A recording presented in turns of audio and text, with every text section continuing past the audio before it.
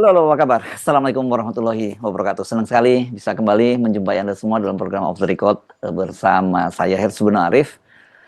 Dan saya Agibeta, senang sekali menjumpai teman-teman semua. Kita mau ngobrol soal apa, Mas Hersу? Mbak Agi, ini soal Teddy masih rame terus loh Mbak Agi. Ini ya ini Iya, iya, iya. ya sebenarnya kasus ini kasus harusnya itu ya karena videonya Mhm. video Pak Amin di Pak Amin kan sebenarnya nggak terlalu viral tapi gara-gara kemarin di Komdiji seperti itu jadinya seperti ini rame nih jadinya nih. Ya, apa perkembangan terbarunya gimana nih Mbak Agi ya? Iya, iya. Jadi Para netizen perkembangan nih kayak terbarunya. dapat bara gitu ya. Netizen Betul, nggak. akhirnya jejak digital Teddy yang sudah lalu-lalu, Mas Herssu, Mm-mm. ketika dia masih menjadi ajudan dari Pak Prabowo saat Pak Prabowo masih menjadi Menteri Pertahanan, Heeh. juga ketika saat Pilpres apa dan sebagainya itu ramai lagi begitu Aduh, ya, iya sayang menjadi ya. viral lagi. Tapi Hmm. mhm. Terus? Dan ini sebenarnya hampir mirip juga dengan kemarin ketika Hari Buruh May Day 1 Ah, Mei, di ah, mana Pak Prabowo bertanya apakah MBG itu bermanfaat dan ah. kemudian banyak yang jawab tidak. Ini kan keluar klarifikasinya nih dari Andi Gani Nenawea, yaitu Presiden Oh, KSPSI, terus? begitu versi yang lain ya, bukan versinya Jumhur. Ah. Dan ini jadi rame lagi juga, bahkan Oh, kemudian jam tangan yang dipakai oleh Andi Gani yang ah. seharga diduga seharga 400 juta lebih itu rame Nah, banget ini, sekarang ini. menarik ini karena saya kan sempat waktu itu dikirimi oleh Mhm, oleh seorang teman di Jerman, malah dia menanyakan gitu mhm, ya, Mas Hersu ini benar seperti ini. Saya kan sempat tanya sama mhm. Mbak Agi ya pada waktu itu, Betul. Mbak Agi Mhm, nggak terlalu mendengar kata tidak, jadi Mbak Agi bilang itu mhm, menjawab tidak, tapi terus kemudian karena kok banyak sekali bahkan media-media karena jawaban Andi Gani itu kan kemudian dimuat di media gitu ya Mbak Agi, dan betul. akhirnya orang banyak juga mengatakan jangan-jangan itu memang benar ada teriakan tidak, dan kalau itu tidak kan Mhm. mempermalukan Pak Prabowo, padahal sebenarnya saya kemudian ketika ditanya ini mas kok banyak media yang memberitakan, padahal saya tadi jawabnya itu nggak benar gitu sesuai dengan jawaban Mbak Agi juga sama kan, Mbak Agi juga jawab gitu Betul. ya. Iya, iya. Iya, iya. Saya bilang Mas Herssu, enggak Mas, ini hoax begitu. Ya, hoax gitu. Dan lagi itu pertanyaan spontan dari Pak Prabowo tidak mungkin buruh sekompak itu. Ternyata Iya. setelah didengar, Nah, itu banyak jawaban tidak memang yang dan itu ya. malah mendominasi. Saya melihat kemudian di berbagai media bahkan tidak menuliskan jawabannya. Begitu. Cuma Jadi hanya bahwa menyerahkan, Pak Prabowo. ya menyerahkan Iya, pada jadi Pak pemirsa. Prabowo narasinya adalah Pak Prabowo menanyakan kepada masa buruh apakah BGN bermanfaat atau tidak dan kemudian buruh menjawab titik. Tidak disebutkan Ah, jawaban buruh iya, apa. Itu saya iya, lihat iya, di berbagai media iya, iya, iya. mainstream. Ah, Mereka rupanya punya pemikiran sama seperti kita. Kita tidak ingin iya, menyebar hoax begitu ya ya. menyebar hoax. Tapi Dan saya ya, jawabnya, saya sepotong sedikit ya Mbak Gi. Saya jawabnya pada waktu itu mungkin karena nih crowd. Ini juga sekaligus ya penjelasan saya kepada beberapa orang yang menanyakan kepada saya jawab itu karena crowd ya. Mungkin memang ada yang menjawab tidak, ada yang menjawab bermanfaat, dan kita tahu kan polanya sekarang dalam situasi begini ini kan banyak sekali orang yang merekam videonya Mbak Agi ya. betul. Rekam videonya memakai handphone. Nah, ketika jawaban tidak itu lebih dekat suaranya dengan handphone mereka, akhirnya yang muncul kata tidak lebih clear. Tetapi yang Betul. jawab bermanfaat dan dia merekamnya juga di situ, itu dia Mhm. lebih misalnya bermanfaat, akan suara bermanfaat lebih dominan gitu yang Lebih dominan. Iya. kelihatannya begitu. Dan nah kalau lagi gini saya mesti nyinggung sedikit lagi yang kasus teorinya, nanti kita ngomongin soal Teddy juga ya, di situ yang saya sebut sebagai teori Streisand effect gitu ya. Itu Barbara Streisand dari yang waktu saya kemarin Mhm. saya cerita tentang ke Ada video Pak kejadiannya Amin, itu. kejadian Pak Mhm. Amin, karena sebenarnya ini nggak terlalu viral, tapi karena ada jawaban resmi dari pemerintah, bahkan ada alangkah dari Komdiji, akibatnya seperti itu. Jadinya malah rame orang yang tadinya nggak tertarik dengan videonya Pak Amin Rais, justru malah mencari-cari. Nah, sama juga dengan yang kasus Andi Gani ini, kira-kira ini hampir sama ya dalam soal itunya ya Mbak Agi ya. Karena dijawab Betul. pada penjawaban resmi, dan maksudnya saya tahu pasti maksudnya membela. Komdiji juga maksudnya membela Pak Prabowo kan gitu, maksudnya membela Teddy dan Pak Mhm. Prabowo. Ini Andi Gani Gani Nuawea ya. Nenawe ya. Ini Nawea. Ini Mhm. anaknya Pak Yakub Nuawea ya. Kalau bapaknya saya kenal. Betul. Saya kenal karena saya Tokoh hampir, PDIP, ya itu mantan menteri. mantan Mhm. menteri, dan saya hampir celaka itu gara-gara Pak Andi, Pak Yakub Noe ya, karena pada waktu itu kan beliau pakai truk apa jeep ya, nabrak pagar di kongres Mhm. luar biasa di Medan. Itu tahun berapa ya, tahun Mhm. tahun 96 kalau nggak seingat saya, itu saya di balik pagar itu hampir kena itu saya. Jadi saya tahu bapaknya, tidak tahu kenal sama anaknya ini. Nah, Ini sama karena dia menjawab justru malah, nah kalau kasusnya Andi lebih parah lagi kemudian karena jamnya dikulik-kulik oleh netizen. Ini yang gini ini sebenarnya lebih pada bagaimana pemerintah melakukan komunikasi politik ya Mbak Abi, komunikasi publiknya sebenarnya ya, dalam kasus yang ini ya Mbak Agi ya, para politisi, sorry to say, Anda mesti mempelajari soal itu, belajar soal itu, pikirkan. Betul. Jangan setiap kali ada persoalan begitu Anda langsung reaktif menjawab dan dengan maksud Anda mungkin membela pimpinan Anda. Tapi kemudian ternyata dampak dari apa yang Anda lakukan malah buruk pada orang yang memimpin Anda. Betul. Itu kan yang terjadi. Kira-kira gitu ya. Oke, kita mau lanjutkan. Yang mana dulu? Kita lanjutkan ini. Kita lanjutkan ini saja Mas Ersu ya, kupas soal Andi Gani dan pernyataannya. Jadi dia justru meluruskan soal jawaban tersebut dan dia mengatakan bahwa setelah ditelusuri begitu bahwa yang mengatakan tidak itu umumnya adalah buruh yang lajang. Nah, sementara yang mengatakan bahwa bermanfaat itu adalah buruh yang sudah memiliki anak. Oh, berarti Ini kan ada yang ngomongin tidak juga dong, berarti. Banyak dan mungkin kenapa bukan jumhur atau bukan ketua umum organisasi buruh yang lain, karena Pak Prabowo kan banyak sekali, Mas Ersu, ada Said Iqbal juga ada, kemudian yang lainnya juga banyak begitu, kenapa bukan mereka yang mengklarifikasi? Kalau saya rasa ini karena viralnya wajah dari Andi Gani Nenawea ini yang dia tepat berada di belakang Pak Prabowo, dan ketika ada jawaban tidak yang menggema itu dia langsung mengatakan waduh begitu kan, dan sekarang dijadikan meme yang populer, rame banget. Jadi ketika itu pun dia sudah menyadari bahwa mayoritas mengatakan tidak, sehingga dia spontan mengatakan waduh begitu kan. Nah, ini oke. Nah, saya malah jadi lebih ngeh memang gara-gara itu kemudian. Kita juga memberi MBG, makan bergizi gratis.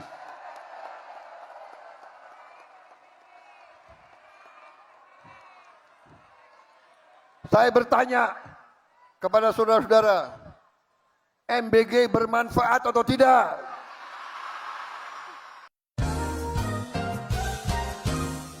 Jadi ada dua pertanyaan Presiden, teman-teman bisa melihat secara utuh video tersebut. Ketika Presiden menyampaikan program MBG, semua bertepuk tangan. Ketika pertanyaan kedua, MBG bermanfaat atau tidak, banyak yang menjawab tidak. Nah, ketika kami sampaikan kepada anggota, kenapa kamu menjawab tidak? Karena memang mereka lajang dan belum menikah. Teman-teman bisa melihat video tersebut diulang-ulang, kami pada video konfederasi melihat, oh ternyata sebagian besar lajang. Yang tepuk tangan, yang sudah berkeluarga. Artinya, kami, pimpinan Konfederasi Buruh dan Federasi Buruh, tidak melihat adanya gerakan-gerakan buruh yang kemarin di Monas sengaja mempermalukan Presiden. Tentu tidak ada. Kami sangat sayang kepada Presiden Prabowo yang sudah sangat memberikan perhatian. Bayangkan, 2 kali Mede, 2 kali beliau hadir. Dan pasti tahun depan pasti beliau hadir, saya sangat yakin. Jadi janganlah kita mencampur adukan sesuatu yang luar biasa kemarin, lalu karena ada satu pernyataan dari Presiden yang dijawab tidak oleh buruh, langsung diambil sikap bahwa gerakan buruh menolak program Presiden. Tentu sangat tidak baik. Oke. Iya. Dan klarifikasi ini juga kemudian malah menjadi semacam insiden yang tidak diperlukan, insiden berita begitu ya. Karena ternyata Andi Gani ini terlihat, saya tidak tahu ini yang disorot apakah pada saat dia kemarin melakukan klarifikasi kepada media, rekaman itu, ataukah momen yang lain. Tapi yang jelas netizen ini, Mas Irsu, rame betul begitu ya. Yang dilihat, oh ini kalau saya lihat dia saat melakukan klarifikasi ya, dan bagaimana jam yang dia kenakan, yang dia pakai itu ternyata jam yang tidak murah begitu ya.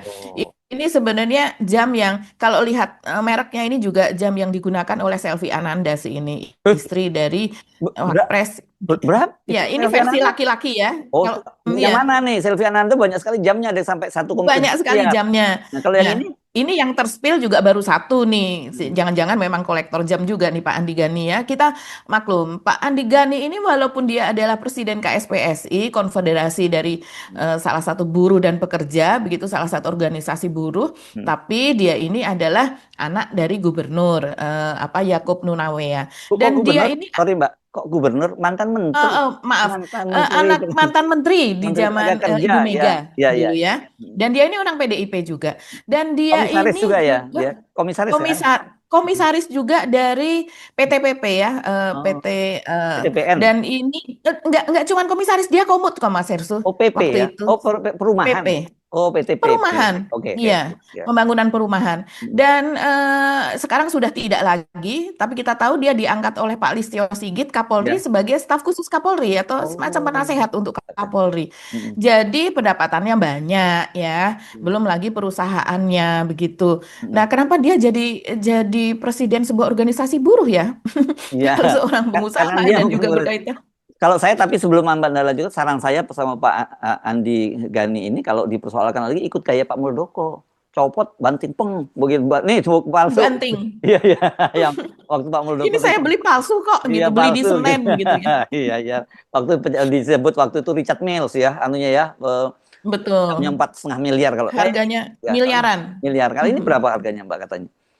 Ini harganya yang menjadi judul dari berbagai media dan juga netizen disebutkan seharga 400 juta. Lebih lah begitu Mas Hersu. Sementara kalau dari hasil penelusuran, ini salah satu netizen namanya Kawiono. Kalau jam tangannya benar sesuai foto, berapa kali gaji buruh tuh? Bisa 100 kali gaji seorang buruh baru bisa dia membeli jam tangan itu tanpa dia makan, tanpa dia untuk kebutuhan-kebutuhan sehari-harinya dia simpan gajinya, maka bisa 6 bulan lebih dia baru bisa membeli. Kok 6 bulan? 6 tahun ya? Sekitar 6,5 tahun dia baru bisa membeli jam ini. Jadi kalau mungkin ini mengutip dari akun resmi begitu, nama jamnya adalah Audemars Piguet Royal Oak Chronograph begitu ya. Ini seharga 432 juta, kurang lebih sekian. Tapi saya sih karena gambarnya kecil gitu ya, belum tentu juga sih jam yang itu begitu. Tapi ini rame betul. Banting aja udah jam itu. Iya, betul. Ya. Iya, ini rame banget Mas Hersu nih nyuruh banting. Kalau jam beneran gimana? Ya, kan Ini harga rumah ini Mas. iya, iya. Enggak, Dan ini rame saya kan cuma banget ya teringat Pak di ini. Muldoko aja. Ya. Dan soalnya juga soal Mede ini belum selesai, Mas Hersu. Rupanya masih berbuntut lumayan panjang juga ya, karena kemudian ICW ini juga mempertanyakan sumber anggaran bagi Pak Prabowo yang membagi-bagi sembako ini. Ya, saya rasa Pak Prabowo ini cuman menerima apa yang dilakukan oleh anak buahnya, begitu ya. Tapi tetap saja itu tetap menjadi tanggung jawab seorang presiden hal seperti ini, sehingga orang mempertanyakan kepada Prabowo. Ya. Karena dianggap ini mencapai 50 miliar lebih. Yang kita tahu memang ada. Rame banget Iya, Mas Hersu. kemarin. Dibagi semua. Rame banget. Dari sejak awal panitia mengatakan akan ada 400.000-an buruh begitu yang akan datang ke lokasi. Dan ini video tentang bagaimana perorganisasian, korlap apa dan sebagainya. Mereka datang secara beramai-ramai dari segala penjuru, itu memang rame banget ya. Diunggah juga. Kita tidak bahas itu. Tapi memang ada sangat banyak sekali. Monas itu dipenuhi oleh ratusan ribu dan dikatakan bahwa ada 350.000 bingkisan yang disiapkan. Itu kalau tidak salah dari Bulog dikatakan begitu. Dan ada 50.000 lagi dari ID Food, Indonesia Food begitu. Disiapkan berupa bingkisan. Yang komisarisnya Sylvester Matutina itu ya, Mbak ya, ID Food. Iya. Ya, dan kita kalau melihat ini banyak sekali yang spill. Kita sudah bisa menduga sih Mas Hersu, dalam peristiwa besar seperti ini pasti akan ada yang spill apa sih isi sembako tersebut, baik itu yang spill warga biasa, netizen yang kemudian membuat konten, wartawan juga membuat konten tentang itu, dan juga buruh itu sendiri membuat konten tentang itu begitu. Bahkan ada istri buruh yang membuat konten tentang apa saja isinya. Jadi isinya itu antara lain adalah beras, minyak, sarden, susu SKM, teh, kurang lebih begitu. Yang kalau seandainya dijumlahkan itu harganya sekitar ya 135 sampai 140 ribu lah kalau kita kemudian membandingkan dengan harga warung ya, katakanlah di warung Madura atau itu di minimarket seperti itu. Nah, ini dikalikan saja dengan 400.000 tersebut begitu. Orang melihatnya jadinya demikian. Tapi barangkali kalau membelinya dalam jumlah ratusan bisa jadi lebih murah ya itu. Itu kan baru sembakonya, belum venue apa segala macam ya, itu gede banget. Betul. Pesta itu lebih itu ya. Medianya iya, jadikan pesta. Stage atau panggung besar seperti itu, big screen apa dan sebagainya, kemeriahan yang lainnya ya. Dan diperkirakan itu harganya sekitar 50 miliar lebih begitu. Ini harga yang cukup besar yang dikatakan ini tidak memakai anggaran. Dan antara lain Andi Gani ini juga mengatakan bahwa itu dari berbagai sumber yang kemudian memberikan donasi lah kepada acara. Ini yang justru berbahaya, berbagai sumber memberikan donasi itu siapa begitu kan? Karena hal-hal seperti itu dapat mempengaruhi kemudian cara pemerintah berpikir atau kebijakan pemerintah. Nah, kalau saya sendiri dan mungkin banyak orang lain begitu yang menganggap masa sih ini mungkin memakai anggaran, begitu juga yang dipertanyakan oleh ICW ini harus jelas, harus transparan. Ini dananya dari mana? Karena dananya sangat besar. Gua tadi harusnya. Oke. Mas, ngapain ke Setnek?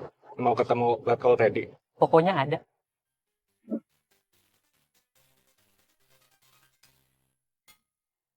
Kalau kita mengingat kemarin ketika perayaan peringatan Hari Buruh tanggal 1 Mei, kita mengetahui bahwa terdapat pembagian sembako yang dilakukan oleh pemerintah di Monas, yang mana salah satu informasi yang diketahui adalah anggaran tersebut berasal dari anggaran Kementerian Sekretariat Negara. Nah, hal ini juga merupakan tindak lanjut dari sejumlah pemberian sembako yang dilakukan oleh pemerintah sejak tahun 2025 sampai 2026. Paling tidak kami mencatat ada 4 kali pemberian sembako dan juga kegiatan bazar yang dilakukan oleh pemerintah, yang mana hingga saat ini berdasarkan penelusuran ICW sejak beberapa hari terakhir itu kami tidak menemukan mengenai postur anggaran belanja yang dimiliki oleh pemerintah untuk membeli atau membelanjai sembako begitu. Anggaran belanja yang tertutup tentunya dapat berpotensi disalahgunakan atau dikorupsi karena tidak sesuai dengan ketentuan peraturan perundang-undangan, terutama Undang-Undang Nomor 14 Tahun 2008 tentang Keterbukaan Informasi Publik.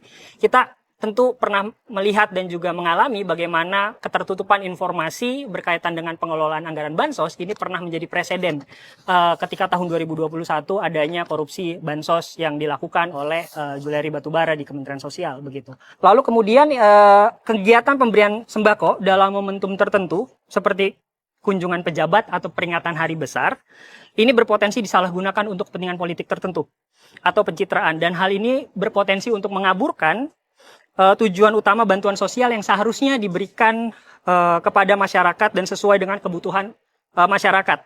Bukan hanya sekedar dalam aspek momentum seremonial belaka saja. Dan yang terakhir, tidak adanya kejelasan mekanisme penentuan penerima manfaat membuka potensi ketidaktepatan sasaran dalam pemberian bansos. Tanpa data yang transparan dan dapat diuji, bantuan sembako bisa saja tidak diterima oleh kelompok masyarakat yang benar-benar membutuhkan. Oleh sebab itu, desakan kami kepada Kementerian Sekretariat Negara adalah untuk membuka dokumen atau anggaran belanja pembelian sembako tahun 2025, tahun 2026, karena sesuai atau sejalan dengan komitmen Undang-Undang 14 tahun 2008 tentang keterbukaan informasi publik. Dan kemudian kan juga banyak yang mengatakan ini May Day yang paling meriah begitu ya Mas Hersu. Dan apalagi kalau dikaitkan ini mirip dengan hajatan politik begitu. Yang orang kemudian mengaitkannya dengan tahun 2029 di mana Pak Prabowo ya sekarang kurang lebih dengan masuknya Jumhur itu ke kabinet kurang lebih sudah bisa meraih sebagian dari suara buruh lah begitu. Nah, ya, jadi kalau sikap kita mungkin dari off the record ini memang harus dijelaskan untuk dana yang sebesar itu. Ada yang mengatakan dananya dari Mensesnek. Nah, kalau dari Kementerian Sekretaris Negara, ya Sekretariat Negara ya berarti memakai dana APBN begitu. Dan dana APBN kalau yang sebesar itu biasanya itu kan ada nomenklaturnya. Ini untuk ini begitu. Dan karena ini utamanya karena dianggap sebagai hajatan politik. Mungkin begitu Mas Hersu, ada kaitannya dengan politik. Ya, oke. Soal ini udah clear atau masih ada yang dibahas lagi soal buruh? Udah ya? Iya, soal buruh mungkin sampai sejauh ini sudah clear ya. Ya, ya nggak apa-apa. Ini menarik ya kasus itu ya. Saya juga menurut saya juga perlu mengklarifikasi karena saya menjelaskan kepada sejumlah orang seperti itu. Yang saya sama dengan Pak Agi tadinya menganggap itu tidak ada, tapi ya itu seperti itu. Ya memang realitasnya crowd nggak bisa lah serempak bisa dikur gitu. 400.000 orang masa mau dibikin kur bersama nggak mungkin. Dan kelihatannya juga orang kaget kenapa kok tiba-tiba Pak Prabowo menanyakan soal MBG. Menanyakan itu. Pak Prabowo spontan saja. Kalau dari sini justru kita bisa melihat Pak Prabowo yakin betul bahwa MBG tidak bermasalah. Nah itu dia Pak Prabowo yakin betul tidak ada keracunan lagi, yakin betul MPG itu dipandang sangat positif, sehingga Nah, dia menanyakan itu. Justru yes. kita melihat Pak Prabowo sih lugu-lugu saja dia Iya. menanyakan bermanfaat dan jawabannya pasti bermanfaat. Nah, Jadi ini. ketika jawabannya banyak yang tidak, Pak Prabowo pun terlihat tertegun ya. Jadi Ah, situasinya awkward begitu, situasi yang canggung ketika itu, ah, sempat hening sejenak. Ya, Oke. Nah, ini pentingnya memang Pak Prabowo mendengar banyak suara dari mana-mana sehingga ya satu ketika beliau satu tidak diberi hanya laporan ABS oleh para anak buahnya, ya, karena itu kan membahayakan Pak Prabowo loh yang betul. untuk laporan Mhm. ABS itu karena mau ya Ya. seperti kata Mbak Agi tadi, mungkin Pak Prabowo-nya karena mendapat laporan yang bagus ya Pak Prabowo menyampaikan pada bagus. Tapi padahal harusnya Mhm. Pak Prabowo juga mendengar dari perspektif yang berbeda gitu supaya ketika ambil Iya. keputusan dia bisa firm. Karena kalau enggak nanti bisa terjadi apa ya semacam suuzon di antara kita semua. Ini Pak Prabowo kok Mhm. nggak peduli dengan suara rakyat, kok lebih Mhm. percaya dengan suara dari para anak buahnya. Iya memang seorang pemimpin itu memang harus mempercayai anak buahnya, tetapi harus juga buka ruang untuk mendengar suara yang lain gitu supaya ada yang balance gitu dari sisi informasi kan. Betul. Harusnya gitu ya, Mhm. Mbak Agi ya. Oke, Betul. udah deh Mhm. sampai di situ saja lah dan ini tapi dampaknya sama saya kira dengan soal videonya Pak Amin gitu. Sekarang justru malah Mhm. orang itu sekarang justru nunggu-nunggu apa tayangan apa lagi dari videonya Pak Amin karena yang di Pak Amin itu bukan di take down ya, sebenarnya itu hanya di blok saja atau saya sering nyebutnya Dibatasi. shadow Mhm. ban Mhm. gitu ya untuk wilayah Betul. Indonesia Mhm. saja gitu walaupun YouTube menyatakan nggak ada itu istilah shadow ban tapi realitasnya ada dibatasi hanya untuk wilayah Indonesia Mhm. saja Di limit ya. di Mhm. limit tapi orang yang di luar negeri orang di dalam negeri yang menggunakan VPN orang yang memindahkan location YouTube-nya gitu masing-masing bisa begitu Betul. saya nggak bisa saya dibantu oleh orang lain untuk memindahkan padahal itu sebenarnya kalau anak-anak milenial bisa gampang banget baby boomer seperti saya Betul. Iya. kan gitu Pakai VPN. iya Ya, memindahkan seolah kita mengaksesnya itu dari luar yes Indonesia begitu. itu Tapi tetap bisa. bisa dilihat video Iya. Pak Amin. Oke, jadi dan Pak Amin saya lihat sudah mengunggah video lagi yang Sudah terbaru. ngunggah video lagi ya, betul. Iya. Oke, Pak Amin Oke. diuntungkan loh itu dengan situasi Iya. sekarang ini karena orang sekarang saya lihat dukungan terhadap Pak Amin itu sekarang besar lagi gitu loh Mbak Amin. Dukungannya sangat besar Mas Hersu dan kita yakin bukan kita ya masyarakat itu yakin bahwa ini tidak akan sampai ke pengadilan dan juga Yes. tidak akan ada perintah dari Prabowo. Prabowo biasanya bukan Bukan yang seperti pikirannya. itu yang melapor-laporkan Ya. dan juga prediksi bahwa ini justru akan berakibat kepada fufafa. Jadi ini pasti akan dihindari oleh Ah, pemerintah. iya. Karena dulu pada zaman Budi Aris Setiadi kan dia menjanjikan bahwa itu akan diselidiki siapa pemilik akun itu begitu. Walaupun kita sudah menduga bahwa Budi Ari ini sebenarnya ya hanya omong-omong saja, dia sudah Yes. tahu yang sebetulnya. Tapi janji itu sampai sekarang ketika ganti menteri kan juga tidak dilakukan siapakah fufafa tersebut. Jadi artinya adalah kalau Pak Amin saja mengatakan itu dilaporkan, kenapa fufafa ini tidak sudah dilaporkan tapi ditolak dan juga kenapa tidak dilanjutkan apa namanya penelitian ya soal siapakah sosok Nggak fufafa ini usah walaupun diteliti sudah Mbak. yakin 99% adalah Gibran. Polisi kita tuh canggih kalau untuk soal cyber itu Mbak. Itu hebat loh apanya divisi cybernya polisi itu. Jadi kalau nyari-nyari Betul. kalau mencari kayak gitu tuh gampang banget. Saya aja kadang-kadang heran.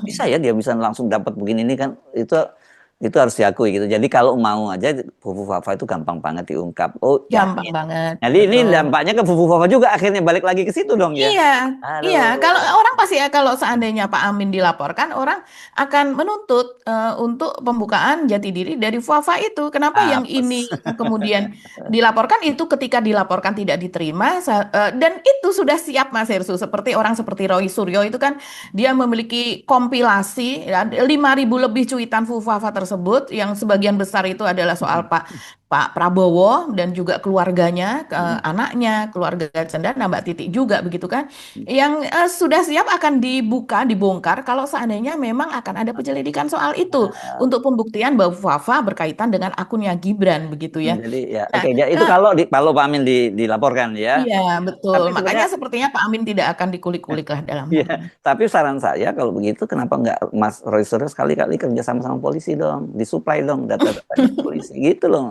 Mas Suryo sering menjadi saksinya, diminta oleh polisi menjadi saksi dan juga untuk membongkar kasus-kasus loh Mas Hersu di Iya ya, zaman sebelumnya. Pak SBY dan sesudahnya, Iya, betul. iya.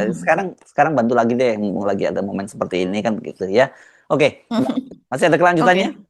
Ya, Mas Irsu, kita perlu nih, kalau saya sih meragukan ya, hal yang juga sekarang sedang heboh juga di media sosial, yaitu sebuah video yang diakun oleh sebuah Diunggah apa akun ya. namanya akun X gitu ya, Ara itu laki atau apa begitu akun X-nya, yang dimana di situ memperlihatkan video Teddy, Seskap Teddy itu mendahului Pak Prabowo masuk ke dalam mobil dan Hmm, kemudian baru Pak Prabowo, karena berdasarkan protokoler itu kan tidak seperti itu. Mas enggak. Irsu tentu masih ingat ya, Iya. seorang ajudan gitu Yes. atau kasih apapun itu yang ada di bawah Hmm. itu akan membukakan pintu terlebih Iya dahulu dong. atau Hmm. mungkin Nah, ajudannya yang membukakan pintu, dia ya, menunggu dan ya. kemudian baru presiden itu Kalau masuk, dia kalau melintasi mobil dan baru pengalaman ya masuk. Mbak ya, pengalaman Mhm, kita kan sama-sama lama di Istana Presiden, tapi di eranya Pak mhm, Harto ya.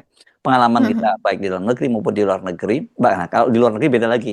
Yang membukakan itu Secret Service-nya lah, pasukan ini yang membukakan Iya, pintu dari ya. pihak mereka Ya, ya, kalau di betul. kita juga Pas Pampres yang membukakan pintu itu Mhm, bukan iya. ajudan dan tidak mungkin seorang ajudan, apalagi apa seskap atau apapun gitu mendahului itu sih secara common sense ya, bukan secara common sense, secara protokoler aturan nggak mungkin terjadi. Tapi saya nggak tahu, Tidak boleh, betul. itu memang ada videonya Mbak Adi. Iya, ada videonya. Hmm. Coba kita lihat ini videonya.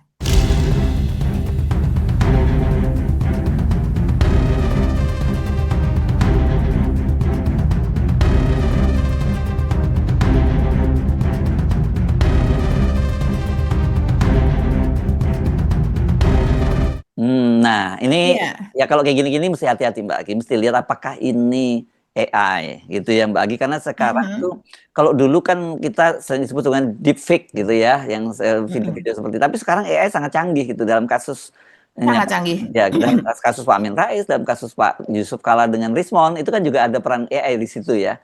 Yang Iya. ini di mana beredarnya Mbak Agi video ini? Video ini beredarnya di akun X sebelum kemudian ini di-download dan kemudian beredar di berbagai Hmm, banyak hmm, platform hmm, medsos begitu dan banyak sekali akun. hmm, Nah, kalau dari salah satu akun ini yang saya lihat dan rame begitu, karena ini juga menjadi rujukan dari rebelita.net. Saya bacakan di sini dia mengulas soal aturan protokol tadi yang dilanggar oleh Teddy, diduga orangnya adalah Teddy, dan kemudian juga berbagai komentar dari netizen. Komentar dari netizen ini sangat-sangat apa menohok sekali begitu ya. Misalnya itu paspam Indianya aja sampai kebingungan katanya. Kalau udah ngambek mau di depan banyak orang mah bodo amat, langsung aja duluan masuk mobil. hmm. Perempuan mah gitu katanya. Ini bukan perempuan ya, ini seskap Teddy, tapi mungkin berupa sarkas atau apa begitu. Itu kan ibu negara, nggak apa-apa kali ya, katanya kan ladies first. Nah, ini mungkin berkaitan dengan apa Video ya videonya Pak. Pak Amin yang mengatakan bahwa Enggak, Teddy memiliki sorry. Berita orientasi tadi seksual lain.